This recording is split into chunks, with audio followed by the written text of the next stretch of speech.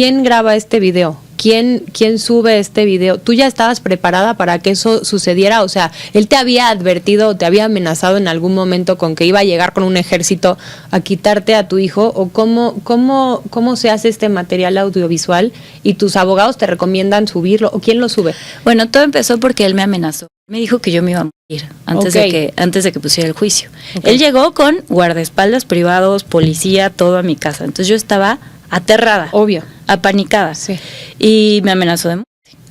Entonces, pues yo no tenía la forma de protegerme. Yo no tenía para pagar guardaespaldas, choferes que me estuvieran cuidando. Entonces me dijeron, lo tienes que hacer público. Ya. Porque hacerlo público es la única manera de protegerte. Pues yo había pedido todos estos videos como prueba.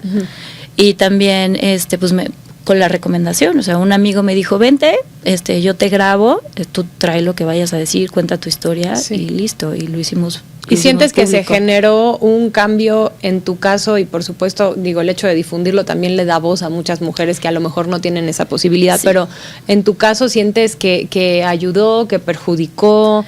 Yo creo que ayudó en el sentido de que el juez que estaba en ese momento que tenía mi caso, le bajó tantito, ¿sabes? Ya. O sea, ya me están observando, ya, porque además no nada más lo subí, fui a tocar todas las puertas que pude, pasé 2 noches, mi mamá pasó 2 noches afuera de la donde están los ministros de la Corte, en la Suprema, afuera de la Suprema Corte para que la recibiera un ministro, y la recibió una ministra, y le echaron una llamada y todo. O sea, imagínate quedarte ahí hasta que te reciban. 2 días. O sea, tocamos todas las puertas. Y así se hace viral esa parte.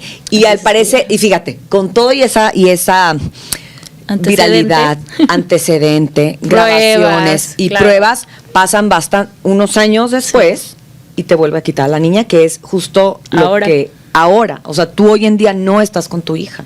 Sí, ¿Hace cuánto tiempo no estás con tu hija? Tengo 9 meses sin ver a mi hija. Ya vamos para 10 meses. En ese inter que pasó entre este primer encuentro, digamos, legal y público, a que él te vuelve a sustraer a tu hija sí veía a su papá? ¿Cómo era el arreglo? Porque después de eso sí dan ganas de decirle que no. Chao, o sea, hasta acá, pero bueno, evidentemente hay una ley y a veces como mamá sobreponemos que nuestra hija tenga contacto con su papá a cualquier diferencia que tú puedas tener con él como expareja. No sé, ¿cómo funcionó en esos años? Sí, por supuesto. Pues primero yo tuve que, me tuve que volver me escapé con mi hija, o sea, me fui a vivir a otro lugar y después pasó la pandemia y en la pandemia todo se suspendió como casi 2 años. Sí. Mi hija sí pasó todos esos 2 años sin ver a su papá, pero bueno, ni los centros de convivencia estaban abiertos, los juicios estaban estancados, no había nada que pudiéramos hacer. No, y no te podías arriesgar a que convivieras sin custodia legal, porque tenía miedo de que pasara lo que ya pasó. Exactamente. Entonces, sí, obviamente sentía horrible de que mi bebé de que mi niña, porque ella era una niña, no pudiera tener contacto con su papá. Entonces, en cuanto regresan los juzgados a trabajar después de la pandemia, me citan para que empiece a tener convivencias con él en el centro de convivencia. Y ahí él y yo hacemos un arreglo.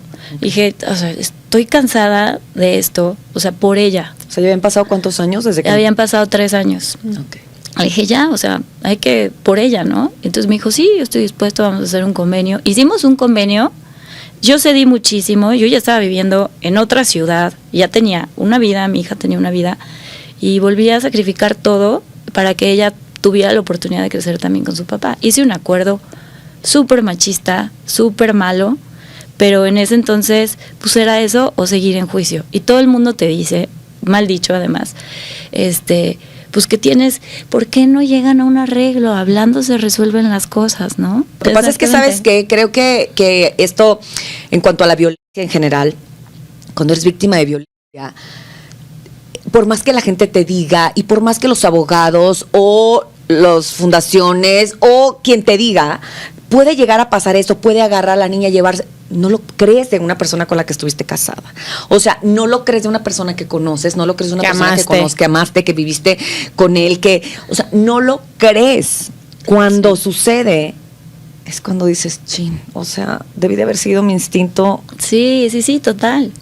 Porque además vives con un nudo en la panza de no saber qué, o sea, paranoia, Durante estos 3 años donde ustedes, bueno, finalmente llegan a este acuerdo que era poco favorecedor, según lo dices para ti, él se llevaba a tu hija, no sé, el fin de semana y te la regresaba. ¿Qué sucedió para que se la llevara y no volviera más? ¿Hubo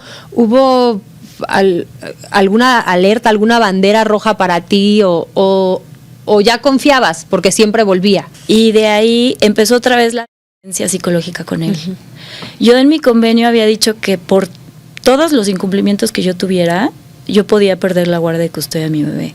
Entonces él de ahí se agarraba para regresar con las amenazas de que, llegaste 2 horas más tarde, no me has traído a la niña, aquí hay un notario afuera de mi casa esperando, dando fe de que no me la has entregado, te recuerdo que eso es pérdida de la guardia y custodia. No, bueno, si terror psicológico a todo lo que da. Terror psicológico otra vez a todo lo que da, así de que me mandaba un correo, oye, me dijiste que te ibas a ir de vacaciones con la niña y no me diste el código postal. Yo, pues, a ver, o sea, ahí te va el código postal, lo siento, ¿no?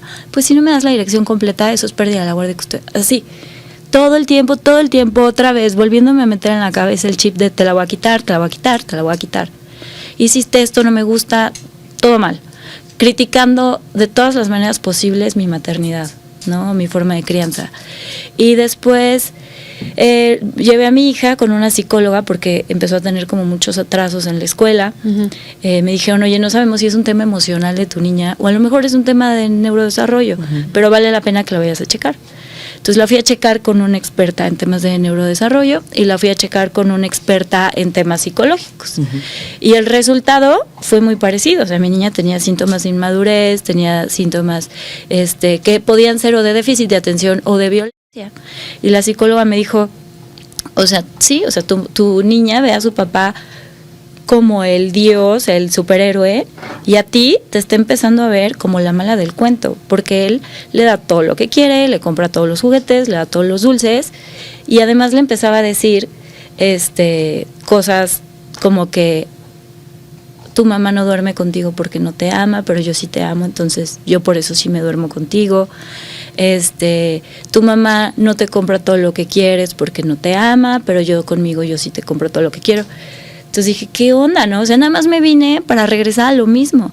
Y dejó de pagar la escuela, dejó de pagar la renta, todo lo que él se había comprometido a pagar un chorro de cosas de la niña, cosas que yo había estado pagando desde durante que nació. Exacto. Desde que nació. Entonces, dejó de hacerlo totalmente y pongo una demanda por pérdida de la patria potestad. Okay.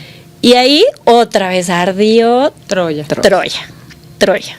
Entonces pongo esa demanda y a causa de que él dejó de pagar la renta, nosotros nos lanzaron del lugar en donde vivíamos. Entonces dije, a ver, o sea, regresé a vivir esta violencia.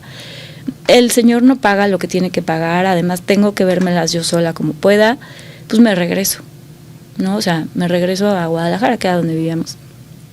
Y ahí me empieza a mandar correos también así, de que va a haber justicia muy pronto, en las llamadas que él tenía, porque pues yo dejaba que mi hija hablara con su papá, videollamadas, lo que ella quisiera, y se quedaban en esas videollamadas. Él le decía, oye, no se te olvide que tienes papá, porque eso es exactamente lo que quieren que te olvides de mí. Y le decía, tu mamá te llevó por tu novio, porque ella prefiere estar con tu novio, con su novio y cosas así.